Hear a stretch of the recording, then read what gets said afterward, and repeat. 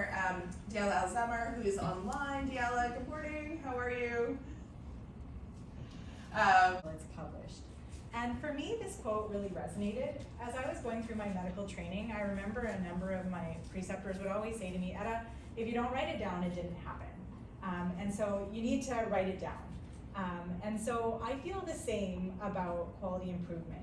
Not all of the projects that we do in quality improvement are destined to become a manuscript, but they should be showcased in some way, shape, or form.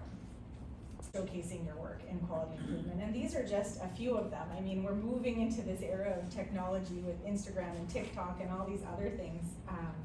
But we've highlighted here some of the ways of showcasing your work. So later today, we're gonna walk through poster presentations, and some of you have already attended the workshop for poster presentations, but we'll go through systematically some tips and tricks of poster view that your QI work is not necessarily complete until it's showcased in some way, shape, or form.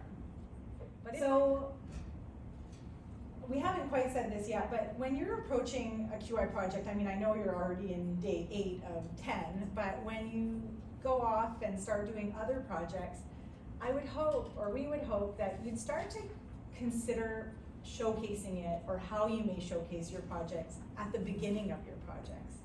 Because if you start to think in terms of like the Squire guidelines even, as you first begin your project, you can really start to populate that framework, and it kind of gives you some structure in how you might approach your project.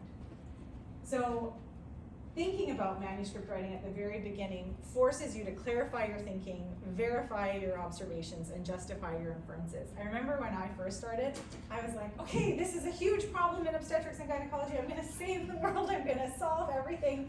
And then as people started scoping me, I realized more and more, number one, I had no idea if it was a problem because we were actually not measuring what I was worried about. And number two, I just didn't even understand the breadth of what we were getting at. But as I was writing it down and forcing myself to think, okay, if I was writing a paper in regards to this, how would I approach it?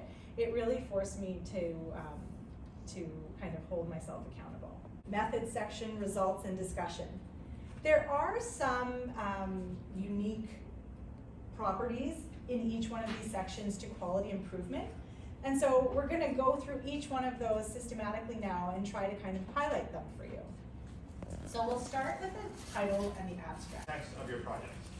And context refers to the physical, social, cultural, even economic environment that your project takes place.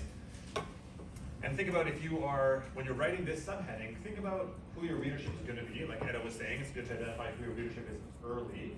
So you know which journal you want to publish in, if it's local, if it's provincial, if it's national,